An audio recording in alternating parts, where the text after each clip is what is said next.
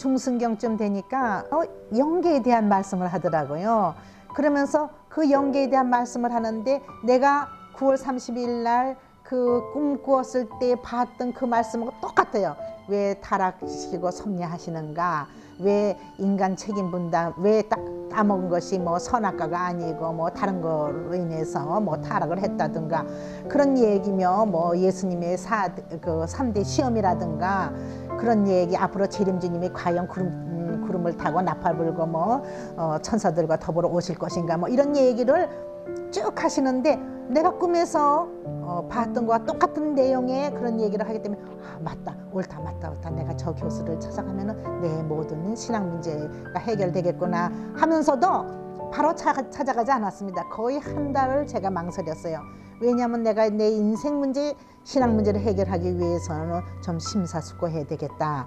그래서 한 달 동안 망설였다가 11월 26일 날 한 교수를 찾아갔어요. 한 교수를 찾아가 가지고 그랬더니 3층 기도실에 가 있어라. 내가 곧 가마. 3층 기도실에 가 있는데 한 교수님이 오셨어요. 오셔가지고 신앙 문제 때문에 그러지. 그런데 막 눈물이 쏟아지는 거예요. 그래서 내일이 마침 토요일이고 수업이 없으니 내가 내 인생 문제뿐만 아니라 신앙 문제뿐만 아니라 인생 문제 세계관을 해결할 수 있는 그런 스승을 소개해 주마. 그러니까 장춘당 공원 앞에 비석이 있는데 그 지금의 장춘체육관 바로 앞입니다. 비석이 있는데 거기 9시까지 나와라. 내가 스승을 소개해 주마 해서 그 이튿날 1954년 11월 27일 토요일 아침 9시에 한 선생님을 만나고 우리 친구 2명을 데리고 찾아간 곳이 이화대학교 음대에 교수로 계셨던 양현 선생님 댁으로 갔습니다. 그래가지고 이제 그때부터 한 30분 기다렸다가 유효원 초대 협회장으로부터 원리 강의를 듣게 된 거죠. 그러니까 정말 제가 신앙이 있어서가 아니라 하나님이 부르셔서 그냥 너무나 순진하고 순수하니까 그냥 좀 가르쳐 주시고 인도해 주신 것이지 어떤 제가 뭐 신앙심이 있어서 이렇게 뭐 아주 애타게 그러다가 온 길은 아닙니다.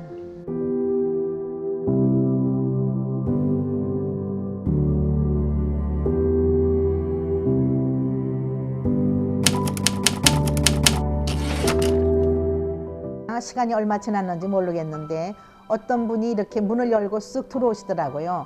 누런 잠바를 입고 뭐 이렇게 스봉도 그죠? 좀 허스름한 걸 입으신 분인데 이분은 청년이라고도 볼 수 없고 또 장년이라고 하기는 너무 또 젊으시고 그런 분이 들어오시더니 유 협회장님이 말씀하시는 그 페이퍼를 빼쓰고 만년필 뺏어서 막 말씀을 하시는데 그때 제가 기억에 남는 것은 영인체와 육신과의 관계라고 생각이 됩니다. 영인체와 육신과의 관계를 말씀하시는데 이것은 누구의 학문을 누구의 학설을 하시는 게 아니라 당신 것을 그냥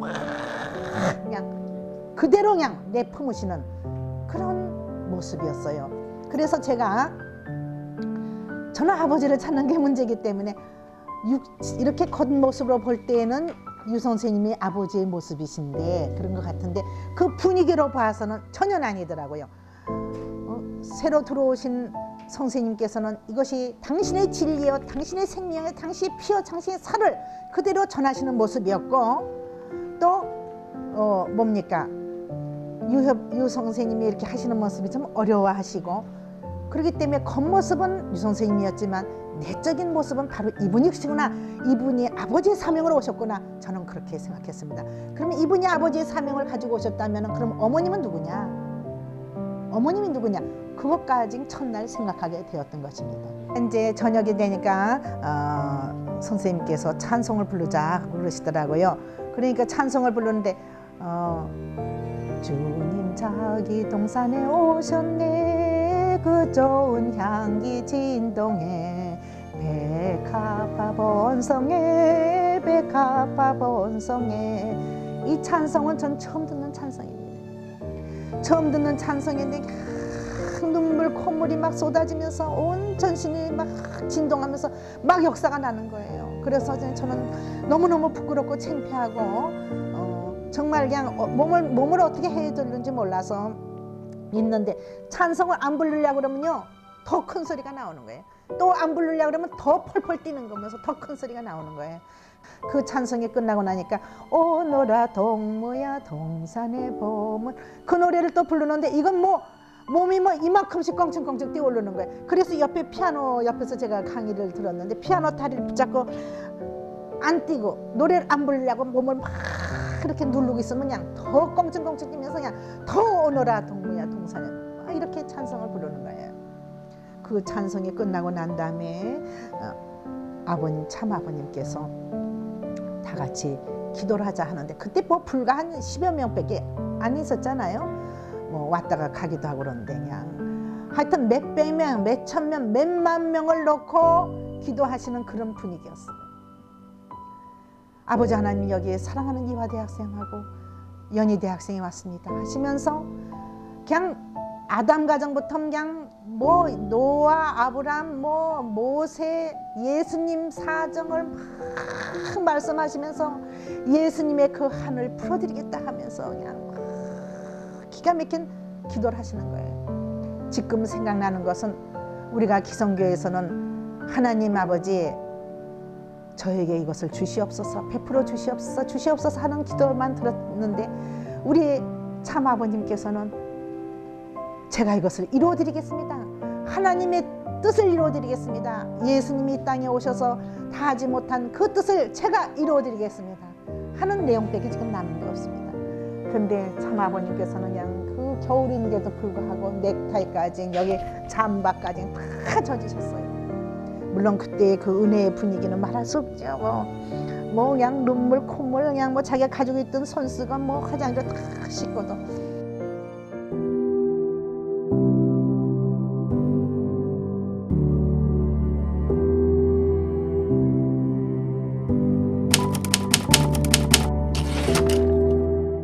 아마 수요일로 기억을 합니다. 매주 수요일 날 참 아버님께서 이화대학하고 연대 중간에 김영훈 선생님 댁이 있었습니다. 그거 물론 관사라고 생각이 드는데 그때는 그 이화대학하고 연대 중간에 교수들이 많이 살고 있었는데 김영훈 선생님 댁에 오셨습니다. 그래서 참 아버님 오셔서 그때 올리 말씀도 해주시고 또 이화대학에 또 한 바퀴 도시고 기도도 하시고 그리고 또 주일이면은 아버님께서 저희들을 젊은 청년들을 데리고 남산에 있는 장충동으로 올라가는 건 남산이죠. 그때는 그 소나무 밭이었어요. 지금 그 국립극장이 있는 자리 그쯤 되는데 거기에서 우리들에게 미래에 대한 말씀을 많이 해주셨습니다. 지금은 이렇게 한 사람 한 사람 맨투맨으로 전도하지만서도 앞으로는 라디오나 텔레비전으로 전도할 때가 옵니다. 그리고 세계의 석학들이 메시아 사상을 연구해서 정말 그 뭡니까 TV나 이런 걸 통해서 전하게 되고 지금 알 수 없는 그 균으로 오늘날 말하자면 암이죠. 그런 암으로 많은 사람들이 죽는다. 내가 지금은 이렇게 이런 생활을 초라한 생활을 하고 있지만 20년 후면 봐라. 20년 후라 그러면 좀 까마득한 세월이었죠. 70년 되면 내가 미국으로 가서 세계의 전도를 하마. 그리고 하나님의 뜻을 이루마 그런 말씀하셨는데 그때 말씀하신 그 말씀이 정말 아버님 오늘날 오셔서 다 이루셨죠. 뭐 세계 과학자 대회라든가 무슨 종교인 대회, 종교 세계 선거인 대회라든가 무슨 뭐 변호사, 언론인 대회, 뭐 교수 아카데미, 또 수산업을 통해서 앞으로 인류가 식량난으로 정말 말할 수 없이 기근에 놓이는데 내가 세계 수산 모든 시장을 개발해서 모든 그 굶어 죽는 사람을 먹여 살리겠다는 것.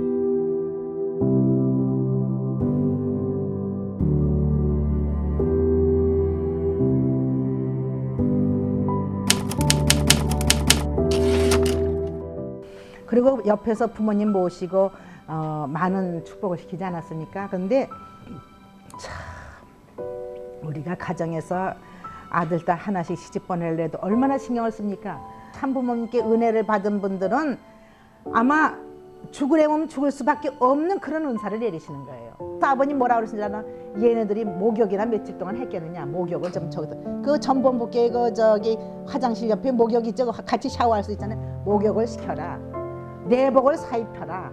이 군인이 무슨 옷이 있느냐. 뭐 성주식도 하고 뭣도 하고 이제 그러니까 돈을 주시면서 가서 내복 사입히고 샤워시키고 내복 사입히고 또 신사복 사입히고 와이셔츠 넥타이까지 걱정하시고 신발 구두가 있겠느냐. 구두까지 신겨서 일일이 다 준비시켜서 데리고 오라고 그러신다고요.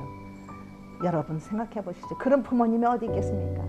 1800가정이면은 3600명 거의 4000명. 사실 1800가정이라죠. 1800가정 이상 축복을 시키잖아요.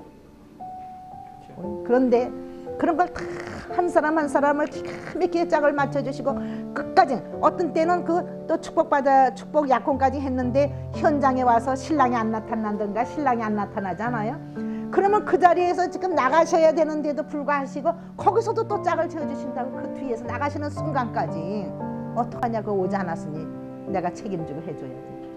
여러분 생각해 보세요. 그러면은 그 아들, 딸, 아버님이 하나하나를 정말 한 생명 한 생명을 당신의 귀한 자식으로 삼으시고 그리고 짝을 맞아주는데 그 식구들이 어찌 아버님을 배반할 수 있겠습니까? 그렇죠? 참 눈물 나는 일이 너무너무 많아요.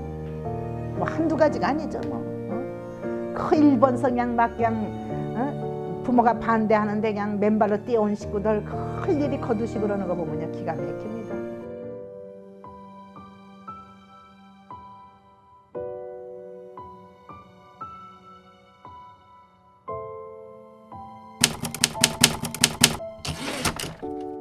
그리고 애기님들도 여러분들이 소홀하게 보시면 안 됩니다. 뭐 애기님들도 정말 인간이기 때문에 어려움이 많으시겠지만서도 정말 하나하나 애기님들 보면요 얼마나 귀한지 말도 못해요. 아주 그 정말 인간적이라고. 효진님도 그렇고 예진님도 그렇고 승하신 흥진님도 그렇고요. 흥진님도 그 아버님 1983년 그 과학자 대회 때 자기 고등학교 학생 아닙니까? 그런데도 그냥 그 아버님 신변을 보호해야 된다고 사탄이 침범하면 안 된다고 엘리베이터 앞에다 경호원이 있는데도 불구하고 자기 친구들을 경호시키고 아버님 부모님 계신 방 앞에서 밤을 새우면서 경호하는 모습 그거는 생각해 보세요. 그리고 그때 승하시기 하시던 해에 봄에 한국에 오셨어요. 신문로 저택에 오셨는데 아줌마 내가 어렸을 때 어떻게 성장해 자랐느냐고 거의 얘기해달라고 부모님이 얘기해달라고 밤을 지새우면서 얘기해달래요. 그리고 자기 어렸을 때 미국 가기 전에 그 청파동 숙대 앞에 거기가 무슨 떡볶이도 팔고 뭐 국만두도 야끼만두 있죠? 그런 것도 팔고 무슨 뭐 쫄면 그런 거 팔지 않습니까? 또 뭐 이렇게 그런 거 먹고 싶다고 한 번은 거기 가서 그런 거 먹고 통닭구이 사가지고 와서 너나 먹고 하는 그런 아주 인간적인 물론 효진님도 그러죠. 효진님도 말할 수 없이 그 다정다감한 분이죠. 예진님도요 얼마나 그 어려운 시절이 있었는지 너무너무 어려운 시절에 정말 남들이 보면은 기가 막히게 귀한 정말 아버님 눈에 넣어도 아깝지 않은 그런 따님 아닙니까? 근데 저희가 그 공덕동 살 때 뭐 된장찌개에 꽁보리밥 뭐 정말 우습잖아요. 그런데도 그거 맛있다고 그 밥 달래요. 그래서 그 밥 달라고 해서 그 밥 먹고 놀다 간다고요. 나중에 우리가 거기서 이제 삼교회 신설동으로 이사 가게 될 때 홍순회 대모님께서 거기 오셔서 살고 싶다 그래서 제가 사시던 방을 내드려서 거기서 사시던 기억도 있습니다.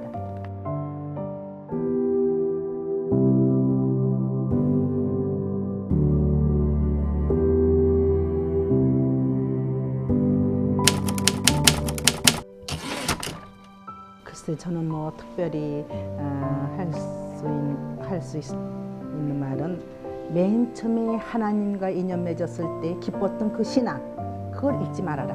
어떠한 어려움이 닥치더라도 그때의 첫 기쁨을 다시 유발해서 신앙생활을 해라. 그거 가장 중요한 것이 그겁니다. 맨 처음에 기뻤던 그것을 잊어버리지 않고 그대로 그렇죠? 간직하면 어떤 어려움에도 극복할 수 있죠. 우리가 그 기쁨 때문에 기가 막힌 고비고비를 다 넘어오지 않았습니까? 초창기에 어려웠던 생활을 당장 하나 입고 이거 빨아서 갈아입으러 옷이 없었어요. 밤에 빨아서 말려서 입고 그렇게 살았지 않습니까? 그러니까 그래도 남복일 때는 동정 깨끗이 달고 보선 깨끗이 신고 나오니까 누가 알겠어요. 뭐 그거는 아무것도 아니죠. 정신적인 고통, 육체적인 고통, 그 말할 수 없는 거를 다 넘어오는데 첫 번 기쁨, 그렇죠? 그래서 절대 신앙, 정말 절대 믿음, 절대 순종한 사람만이 남아진 거예요. 전도 나가라 할 때 전도 나가고, 계몽 나가라고 나갈 때 나가고, 뭐든지 지시하신 대로 한 사람들은 남아진 거예요. 그런데 인간적으로 생각하고 아유 괴롭다, 몸이 괴롭다, 뭐 어쩌다, 뭐 이렇게 고생을 해야 되느냐, 좀 빠져나가고 싶은 사람들이 중간에 도중 하차를 많이 하고, 그리고 서로가 이렇게 위하고 사랑하는 사람들은 견뎌내는데 좀 좀 남보다도 더 앞장서겠다, 뭔가 그 조화를 이루지 못하는 사람들이 이렇게 정말 이 길을 가지 못하는 그런 모습을 많이 봤습니다. 그래서 저는 첫 번 기쁨을 끝까지 간직하여 하는 것이 좋겠다. 그러니까 절대 신앙, 절대 믿음, 절대 순종만 하면은 영원히 아버님과 더불어, 참부모님과 더불어 이 길을 갈 수 있다는 것을 말씀드리고 싶습니다.